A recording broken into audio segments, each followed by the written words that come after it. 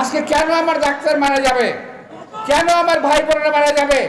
প্রতিদিন 10 থেকে 15 জন লোক মারা যাচ্ছে গড়ে ডেঙ্গুতে। এটা কিসের আলামত? এইটা হলো এই সরকারের মিথ্যাবাদিতা, চুরি চামারি, লুটপাট। এমনকি মশার ওষুধে আজকে যে আপনার সামনে মশার ওষুধ দেওয়া হয়, ভাগ্যিস আমি মেশিনটা এনে দিয়ে গেছিলাম, না হলে কি অবস্থাটা হতো? তাও যে মশা ওষুধটা দেওয়া হয়, সেই ওষুধটা যদি সঠিক হতো, একদম স্বাচ্ছা ভালো ওষুধ হতো, তাহলে মশা কন্ট্রোল হতো। সে ওষুধ দিলে মশা মরে না, মরে না। এমনকি বিভিন্ন কোম্পানির যে কিছু অ্যারোসল আছে, এটা দিলেও মশা মরে না। কারণ কি জানেন? এই সরকার পরীক্ষা নিরীক্ষা করে কোনো ওষুধ বাজারে ছাড়ে না। ঘুষের বিনিময়ে যেটাও কার্যকর ঔষধ, সেই ঔষধ এনে মানুষকে ধাপ্পা দেওয়া হচ্ছে আর লোকের জান নিয়ে টানাটানি করা হচ্ছে এই সরকারের আমলে। আমাদের একসময় একটা বক্তব্য শুনেছিলাম, একটা বক্তব্য, আমি এটা বেশি কিছু বলবো না। ভাতে মারবো, পানিতে মারবো, আর অনেক কিছু। একজনে বলছিল গ্যাস বন্ধ করে দেবো, পানি বন্ধ করে দেবো, ওই যে কি বলে অক্সিজেন বন্ধ করে দেবো। ওদের কাদের সাথে এমন কথা বলছিলেন, মনে আছে আপনাদের?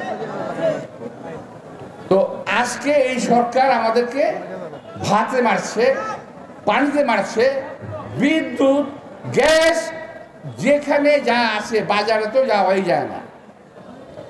আজকে দেখলাম, কালকে বোধহয় দেখলাম পত্রিকায়, মেসে যারা থাকেন তাদের খাদ্য তালিকায় পরিবর্তন হয়ে গেছে।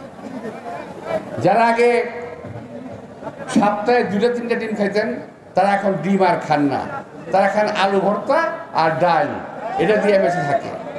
অর্থাৎ জিনিসপত্রের দাম বেড়ে গেছে। এই যে মানুষের আজকে নৈশ্বাস, এই যে মানুষের অসুখ বিসুখের মৃত্যু, এই যে মানুষের দ্রব্যমূল্যের জন্য যে নাভিশ্বাস উঠেছে, আজকে শিক্ষা ব্যবস্থাও ধ্বংস হয়ে গেছে। আপনারা খেয়াল করেছেন? এটা শিক্ষা ব্যবস্থাও শেষ। এই সরকার যতদিন থাকবে, এই দেশের মানুষ ততদিন নিশ্চিন্তে ঘুমাতে পারবে না। আমার মনে আছে, এটা সম্ভবত 1974 সাল।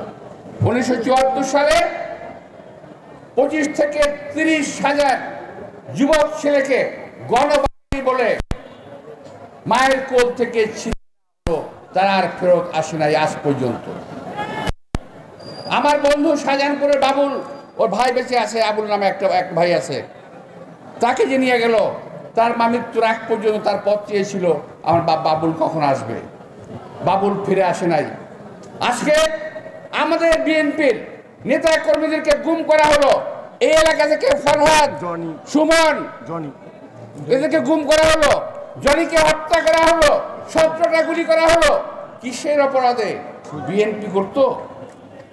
আমাদের বহু ছেলেকে গুম করা হয়েছে, কারণ তারা প্রতিবাদ করে। আমরা আজকে প্রতিবাদ করছি। এই সরকার যতদিন ক্ষমতায় থাকবে, আমরা কখনো নিশ্চিন্তে ঘুমাতে পারবো না। মা তার সন্তানকে বুকে নিয়ে ঘুমাতে পারে না। প্রতিটি সন্তান আজকে ঘরে থাকে না, পালিয়ে থাকে। কোথায় থাকে, কোথায় তার কোনো ঠিক নাই।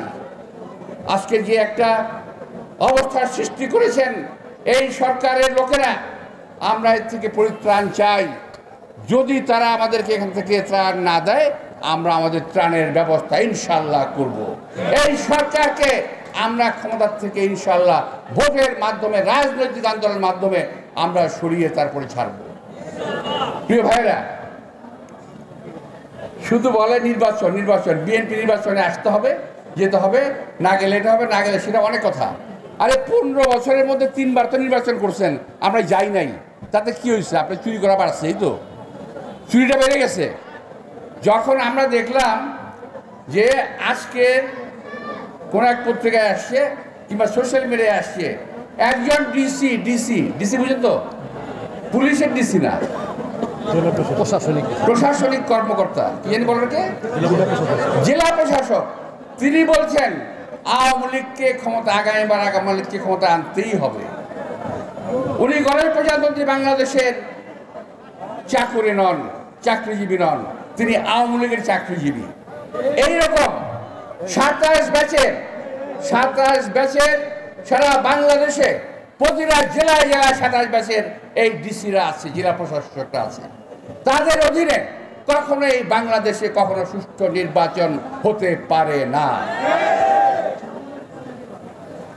আমরা এই সরকারের আজকের যে সরকার আছে, তথাকথিত সরকার যে আছে, এর প্রধানমন্ত্রী অপসারণ চাই, পদত্যাগ চাই, সংসদ ভেঙে দিতে হবে, তারপরে নিরপেক্ষ নির্বাচন কমিশনের মাধ্যমে নির্বাচন দিতে হবে, নইলে এই দেশের মানুষেরা কখনো মানবে না।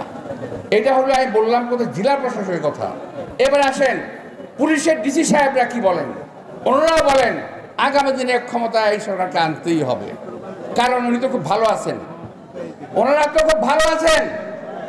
সকল পুলিশ কিন্তু ভালো নাই, এক শ্রেণীর পুলিশ ভালো আছে, চুরি চামারি লুটতরা সবই করতেছে সব।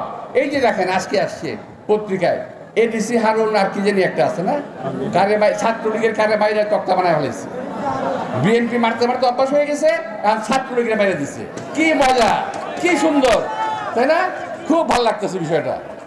তবে এই অত্যাচার কিন্তু চলতে পারে না। আবার দেখেন কোর্টের জজ সাহেবরা কি বলেন। জজ সাহেবরা উল্টা পাল্টা কথা বলতেছেন, যেটা জনগণ আশা করে না, যেটা জজ সাহেবদের মুখ থেকে আমরা কখনো আশা করি না। ন্যায় বিচার আমরা সবসময় আশা করি। একটা কথা মনে রাখবেন, আমি শুধুমাত্র এটা পরিষ্কার বলতে চাই, পৃথিবীতে আমরা যারা মুসলমান আমরা বিশ্বাস করি, পৃথিবীতে মৃত্যুর পর যাদের বিচার প্রথম হবে কাদের জানেন? এটা জজ সাহেবদের বিচার হবে সবচাইতে আগে, বিচারকদের বিচার হবে সবচেয়ে আগে। তারপর কাদের হবে জানেন? যারা মন্ত্রী ছিলেন, প্রধানমন্ত্রী ছিলেন, এই যেমন আমরা মন্ত্রী ছিলাম, আমাদের বিচার হবে। এটা আমরা বিশ্বাস করি। একটা মানুষ যখন বিপদে পড়ে আশ্রয়ের জন্য তখন সে কোর্ট কাছারিতে যায়, আর সেই কোর্ট কাছারি সে ছায়া না পায়, তাহলে কোথায় পাবে? পরকালে এক আল্লাহর আশ্রয় ছাড়া মানুষের আর কোনো আশ্রয় নাই। সুতরাং আমার শ্রদ্ধ যারা নাকি আজকে এই রায় দিচ্ছেন, কথাবার্তা বলছেন, আমি সেদিন বক্তব্য শুনে মনটা খুব ভেঙে গেল। হতে পারে যে কোনো লোক যে কোনো রাজনৈতিক দল করতে পারে, দল সমর্থন করতে পারে, কিন্তু যখন একটা জায়গায় বলবেন বিচারকের আসনে, তখন আপনি আল্লাহর প্রতিনিধি বা পৃথিবীর ভেতরে আপনি কোনো অবিচার করতে পারেন না, সে অধিকার আল্লাহ তাআলা আপনাকে দেয়। সুতরাং আমাদের এই যে আজকে দুরবস্থা, এই ডিসি, এই পুলিশের ডিসি, পুলিশের আমাদের জেলা প্রশাসক, এই স্বাভাবিক পুলিশ, এদেরকে নিয়ে আমরা কখনো নির্বাচনে যেতে পারি না। অনেকে বলেন যদি হাসিনা চলে যায়, অন্য কেউ যদি আসে, না, তা হবে না, করতে হবে। এমন একটা সরকার আসতে হবে যেই সরকার এই প্রশাসনকে পরিবর্তন করবে। এই প্রশাসনের অধীনে নির্বাচনে আমরা যেতে পারি না, যেতে আমরা দেব না, নির্বাচন হতে আমরা দেব না ইনশাআল্লাহ। আমি আপনাদের সবাইকে ভাই মশা মারতে এসে বলেছি।